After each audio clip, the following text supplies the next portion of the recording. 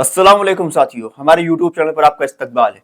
साथियों, महाराष्ट्र के अंदर एक लंबे समय के बाद आज मुख्यमंत्री पद की शपथ देवेंद्र फडणवीस ने ले ली है। इसके साथ साथ दो डिप्टी सीएम अजीत पवार और एकनाथ शिंदे ने डिप्टी सीएम पद की शपथ ले ली है। ऐसे में मंत्रिमंडल का विस्तार भी होना है। ऐसे में कौन कौन लोग मंत्री बनाए जाएंगे और कितने मुस्लिम मंत्री इस सरकार का हिस्सा होंगे, कितने मुस्लिम मंत्री इस सरकार में बनाए जाएंगे, इस पर भी चर्चा तेज हो चुकी है। क्योंकि भाजपा जो है वह ज्यादातर मुसलमानों को टिकट नहीं देती है। हालांकि उसके सहयोगी दल जो हैं उसके टिकट पर कुछ मुसलमान प्रत्याशी चुनाव जीत कर आए हैं। ऐसे में संभावना जताई जा रही है कि ये मुसलमान प्रत्याशी जो जीत कर आए हैं इनमें से कोई मंत्री बनाया जा सकता है। साथियों, आपको बताते चले कि एकनाथ शिंदे, जिनको लेकर ये अफवाहें फैली हुई थी कि वो इस बार सरकार में शामिल नहीं होंगे और हो सकता है कि वो इस बार भाजपा से अलग हो जाए, एक वापस से उद्धव ठाकरे के पास चले जाए। हालांकि सारी अटकलों को विराम देते हुए आज एकनाथ शिंदे ने डिप्टी सीएम पद की शपथ ले ली है। उसके साथ साथ अजीत पवार ने भी डिप्टी सीएम पद की शपथ ली है। अब हम बात करेंगे कि कौन से मंत्री हैं, कौन से ऐसे मंत्री हैं जो मुसलमान मंत्री बन सकते हैं। तो बात करते हैं कि एकनाथ शिंदे वाली पार्टी के बारे में। तो एकनाथ शिंदे वाली पार्टी से एक मुसलमान विधायक चुनाव जीत कर आया है। जी हाँ, सिल्लोड विधानसभा सीट से अब्दुल सत्तार जो हैं वो चुनाव जीत कर आए हैं एकनाथ शिंदे की पार्टी शिवसेना से। अब वो उनका मंत्री बनना भी तय माना जा रहा है, क्योंकि वो पिछली सरकार जो एकनाथ शिंदे मुख्यमंत्री जिसमें थे उसमें भी वो मंत्री पद संभाले हुए थे, वो मंत्री थे। तो हो सकता है कि इस बार फिर से अब्दुल सत्तार को एक बार फिर से मंत्री बनाया जा सकता है। इसके साथ साथ अजीत पवार की पार्टी से भी दो मुस्लिम विधायक चुनाव जीत कर इस बार आए हैं, जिसमें से एक अनुशक्ति नगर से सना मलिक वही नवाब मलिक की बेटी हैं। नवाब मलिक वरिष्ठ नेता हैं, पहले मंत्री भी रह चुके हैं, कई बार विधायक भी रहे हैं एनसीपी से। अब उनकी बेटी अनुशक्ति नगर से इस वक्त विधायक बन चुकी है और हो सकता है कि इस बार उनको देवेंद्र फडणवीस के मंत्रिमंडल में जगह मिल जाए। और अनुशक्ति नगर की जो विधायक सना मलिक है एक युवा है और साथ साथ मुस्लिम महिला है। तो मुस्लिम महिला का कार्ड भाजपा बहुत दिन से खेलना चाहती है। मुस्लिम महिलाओं को लुभाने के लिए तमाम स्कीमें उसने लॉन्च करने का ऐलान भी किया। हालांकि उस जमीन पर कितना आई ये बात सोचने के विषय है, लेकिन भाजपा इस बार सना मलिक को मंत्री बनाकर एक मुस्लिम महिला वाला कार्ड खेल सकती है। इसके बाद हम बात करें तो अजीत पवार की पार्टी से एक और वरिष्ठ नेता चुनाव जीत कर आए हैं, जिनका नाम हसन मुशरिफ है। हसन मुशरिफ लंबे समय से विधायक बनते चले आए हैं कागल विधानसभा सीट से। अब वो शरद पवार के काफी करीबी नेता माने जाते थे, लेकिन उन्होंने शरद पवार का साथ छोड़कर अजीत पवार का साथ थामा और वो इस बार फिर से विधायक चुनकर आए हैं। हो सकता है कि इस बार हसन मुशरिफ भी एक विधायक जो जीत कर आए हैं वो भी मंत्री पद में शामिल किए जा सकते हैं।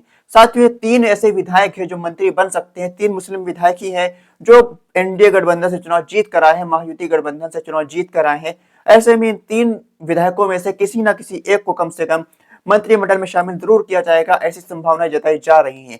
साथ ही साथ इनमें कुछ और छोटे दल भी हैं जिनके विधायक भी इस महायुति गठबंधन में शामिल है, जिनके एक दो विधायक हैं, तो उनको भी मंत्रिमंडल में शामिल किया जा सकता है। इसके साथ साथ मराठा समाज से भी बड़ी तादाद में मंत्री बनाए जा सकते हैं। एससी और ओबीसी समाज से भी तमाम मंत्री बनाने की संभावना भी नजर आ रही है। साथ ही साथ मुस्लिम समुदाय से सिर्फ एक या फिर दो मंत्री बनाए जा सकते हैं, जिसमें तीन विधायक जो हैं इन्हीं का नाम आगे आ रहा है। और हो सकता है कुछ एमएलसी जो हैं, मुस्लिम एमएलसी हैं, उनको भी मंत्रिमंडल में शामिल किया जा सकता है। इसके साथ साथ एआईएमआईएम पार्टी के एक विधायक मुफ्ती मोहम्मद इस्माइल कासमी साहब हैं, वो तो भाजपा के साथ कभी नहीं जाएंगे। वो एमआईएम पार्टी इस बार विपक्ष में बैठने जा रही है। एमआईएम पार्टी के साफ रुख है। इसके साथ साथ हम बात करें तो उद्धव ठाकरे की शिवसेना पार्टी जो है, उद्धव ठाकरे की शिवसेना पार्टी जो है वो महाविकास आघाड़ी में शामिल थी।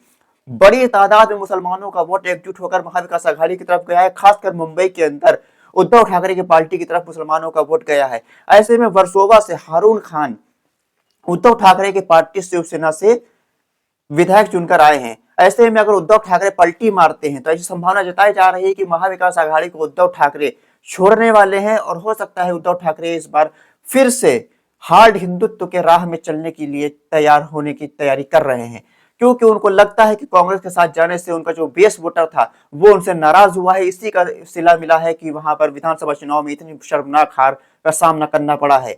अब बात करते हैं, अगर ये शिवसेना उद्धव ठाकरे वाली भी पलटी अगर मारती है, अगर ये भी महायुति गठबंधन में जाती है, तो यहाँ के जीते हुए हारून खान है, तो हारून खान को भी मंत्रिमंडल में शामिल किया जा सकता है। ये उस सूरत में होगा जब उद्धव ठाकरे पलटी मारकर महायुति में जाते हैं।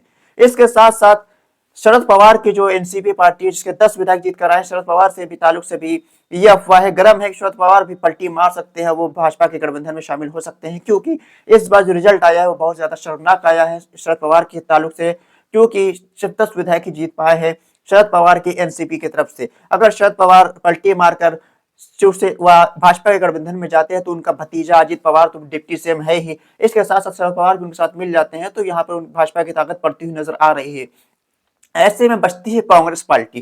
कांग्रेस पार्टी के जिसके 16 विधायक हैं, सिर्फ 16 विधायक, इसमें 3 मुस्लिम विधायक हैं। तो कांग्रेस पार्टी तो भाजपा से गठबंधन होगा नहीं कर, क्योंकि दोनों एक दूसरे के विरोध में रहते हैं नेशनल लेवल पर, ये गठबंधन एक दूसरे से नहीं करेंगे। हाँ, हालांकि कांग्रेस पार्टी का ये इतिहास रहा है कि कांग्रेस पार्टी के विधायक हमेशा चुनाव जीतने के बाद भाजपा में शामिल होते रहे, तो ऐसी भी संभावना जताई जा रही है कि कांग्रेस पार्टी के जीते हुए कुछ विधायक भाजपा में शामिल हो सकते हैं आने वाले 1 से 2 साल के अंदर। तो ऐसी भी संभावना जताई जा रही है, क्योंकि विपक्ष जो है, विपक्ष नाम की चीज नहीं बचेगी महाराष्ट्र के अंदर, क्योंकि सिर्फ 50 सीटें महाविकास आघाड़ी चुनाव जीत सकी है। इसमें से भी खबर यह है कि उद्धव ठाकरे महाविकास आघाड़ी से अलग होने जा रहे हैं। ऐसे में उनके 20 विधायक अगर अलग कर देते हैं तो सिर्फ 30 विधायक बचेंगे महाविकास आघाड़ी के पास। ऐसे में शरद पवार 10 विधायक लेकर भी अगर चले गए महायुति की तरफ तो सिर्फ और सिर्फ 20 विधायक बचेंगे महाविकास आघाड़ी के पास। ऐसे में विपक्ष नाम की कोई चीज नहीं रहेगी, और कांग्रेस पार्टी भी कुछ विधायक चले गए भाजपा के साथ तो भी क्या बचेगा, वो सब सोचने की बात है। मुसलमानों को ये बात पर ध्यान देना चाहिए था वोट देते वक्त कि उनको सिर्फ एआईएमआईएम पार्टी के प्रत्याशी जहां थे उनको वहां पर वोट देना चाहिए था, क्योंकि सरकार बनाने के नाम पर जिसको आपने वोट दिया है, सरकार तो उनकी बनी नहीं, लेकिन जो चुनाव जीतने के बाद उनके प्रत्याशी भाजपा की तरफ जा सकते हैं, इस बात पर आपको गौर करना होगा। अगर यही एमआईएम पार्टी के 5 से 6 विधायक जीते होते तो यहाँ पर आपकी आवाज बनते, आपके लिए खड़े होते। अब अगर कांग्रेस पार्टी के भी जीते हुए विधायक भाजपा में जाते हैं, या फिर शरद पवार भाजपा गठबंधन में जाते हैं, या फिर उद्धव ठाकरे भाजपा गठबंधन में जाते हैं, फिर अलग हो जाते हैं, तो वो आपकी आवाज नहीं उठाएंगे। ऐसे कई बार देखा जा चुका है। साथियों, आप सबसे गुजारिश है कि एआईएमआईएम पार्टी के प्रत्याशी जिस भी सीट पर लड़ा करें उस सीट पर खास तौर से कम एमआईएम पार्टी को आप वोट दिया करिए, एमआईएम पार्टी को सपोर्ट करा करिए। बाकी जगह जिस जगह एमआईएम पार्टी के प्रत्याशी नहीं है उस जगह आप जिसको मर्जी हो उसको वोट दे दें, लेकिन जिस जगह एमआईएम पार्टी का प्रत्याशी खड़ा है खास तौर से उस पर जरूर एमआईएम पार्टी को वोट दें, क्योंकि एमआईएम पार्टी ही आपकी आवाज है, आपके लिए सदन में आवाज उठाती है, सड़क पर आवाज उठाती है। बैरिस्टर असदुद्दीन ओवैसी साहब हमेशा आपके लिए आवाज उठाते रहे हैं, आवाज उठाते रहेंगे, क्योंकि एमआईएम पार्टी की जो वाहिद पॉलिसी है वो मुसलमानों और दलितों के लिए होने वाले उन पर अत्याचार, उन पर उनके होने वाली हक तलफी के खिलाफ आवाज उठाना है। तो एमआईएम पार्टी हमेशा दलितों मुसलमानों के हक हुकूक के लिए आवाज उठाती रही है, आवाज उठाती रहेगी, क्योंकि ये एमआईएम पार्टी का मेन एजेंडा भी है। लेकिन कांग्रेस पार्टी हो, शरद पवार हो, उद्धव ठाकरे हो, इनके एजेंडे में कहीं भी मुसलमान नहीं आता है, कहीं भी अल्पसंख्यक नहीं आता है। इनको सिर्फ आपका वोट चाहिए, आपके मुद्दों से इनको कोई मसला नहीं है। तो साथियों, हमसे हमारे सबसे गुजारिश है कि जिस जगह पे एमआईएम पार्टी के प्रत्याशी हुआ करे खासतौर से उस जगह पर एमआईएम पार्टी को सपोर्ट करा करिए। बाकी जगह आप सरकार बनाने और बिगाड़ने के लिए वोट दे सकते हैं। साथ ही हमारी वीडियो अच्छी लगी तो वीडियो पर कमेंट करके अपनी राय हमको आप दे सकते हैं। साथ ही हमारे चैनल को सब्सक्राइब करें, वीडियो लाइक करके वीडियो तमाम ग्रुपों में शेयर कर दें। खुदा हाफिज।